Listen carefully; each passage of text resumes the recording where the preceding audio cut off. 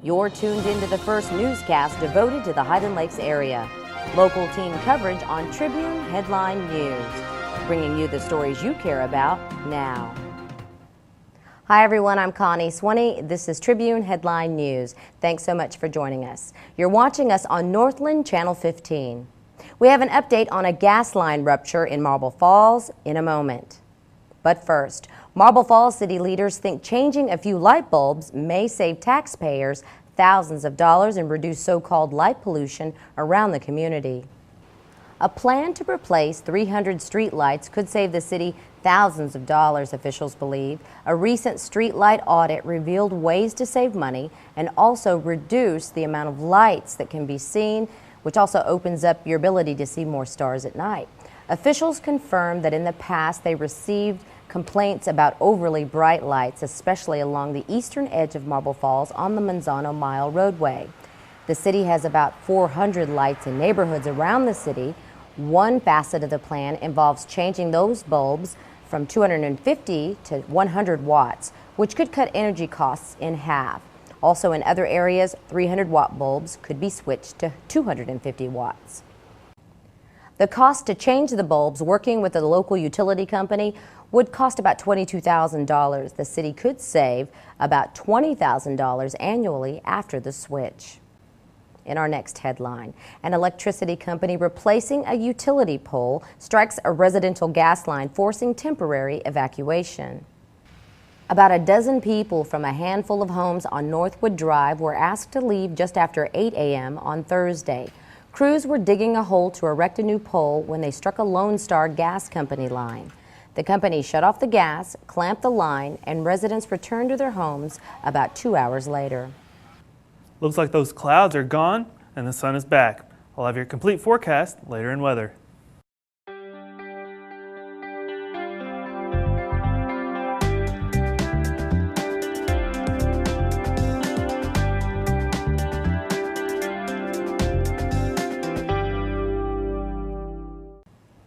We're back.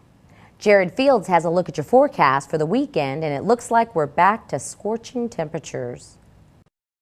Hello everyone.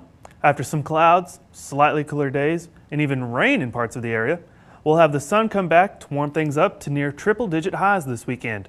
And here's the rest of your Highland Lakes forecast for Northland 15 and the Picayune TV. Friday, mostly sunny and hot with a high near 98, south wind between 5 and 15. And then Friday night, increasing clouds, but a low around 76. Saturday, again, mostly sunny and hot with a high near 99. Saturday night, partly cloudy with a low around 75. Sunday, we expect to see those triple-digit heats as we've got sunny and hot with a high near 101. South wind between 10 and 15. Sunday night, things will cool down just a little bit to 77 for a low. South wind continues between 10 and 15. And the weather looks to do much of the same going into next week. Now we'll just have to wait and see when the next chance of rain will come. So go start your rain dances. Have a good weekend, and for Northland 15 and the Picayune TV, I'm Jared Fields. Jared, thanks. When we come back, planners get ready for the roar of the big boats.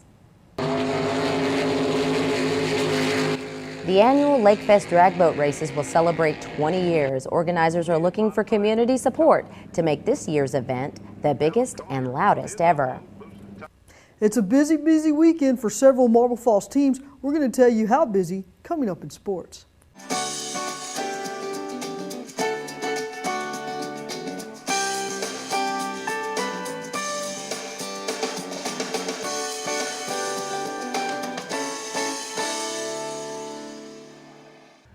We are established. We are qualified. We are certified. We are knowledgeable. We are dependable. We are Ken's Heating and Air. Our people make the difference. Welcome back. Time to turn our attention to sports. Jennifer Fierro joins us with a look at Little League Baseball, an upcoming local all-star tournament, and more. Jennifer? Welcome, sports fans. We have a lot to cover today. So we're going to give you a little bit of track, a little bit of football, but we're going to start with news from the Diamond, and that's because several Marble Falls youth baseball and softball teams will be in action, starting with the sectional tournaments hosted in Marble Falls at Childress Field. We're going to go with the Mustang All-Star team, and this is the 10 and under team coached by Roman Zamaripa. And we did get a chance to talk to Roman about his squad. Here's what he had to say. These kids get out here every day in 100-degree heat, and they don't quit. So that's all it is. They've learned so much in 3 weeks that they're making it fun. I did promise you some news from the track and some news from the football field. And we're going to start with the Highland Lakes Track Club, and that's because head coach Steve McCannon is taking several of his runners and track and field athletes to Round Rock this weekend for a qualifying meet hosted by USA Track and Field. We did get a chance to talk to Coach McCannon about that meet, and here's what he had to say.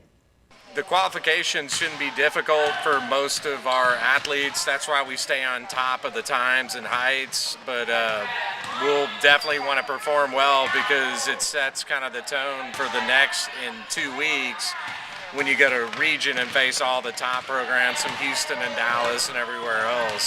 And finally, we did get a chance to catch up with Marble Falls Mustangs 7-on-7 varsity coach Jerry Watson as the Mustangs are preparing for the Hayes qualifying meet, which will be at Hayes High School this Saturday beginning at 9 o'clock. Watson says he would like for the team to win the whole thing. So we got his thoughts going into this particular tournament. Here's what he had to say. Players to get better, players to get faster, hands, defense, the basics.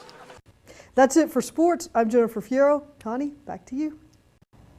Jennifer, thanks for that report. We have a sport of another kind to tell you about, this time on the water.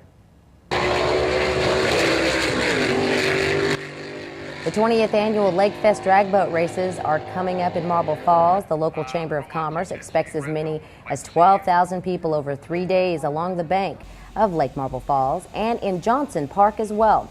Organizers are accepting sponsorship applications, which start at $500, as well as sign-ups for volunteers. You can go to the website on your screen to find out more. The event is the second weekend in August. Those were your headlines. If you're looking for individual news features or some of the other stories that are on our website at thepicayunetv.com, you can go to our YouTube page. Thanks for watching. For the Picayune TV, I'm Connie Swinney.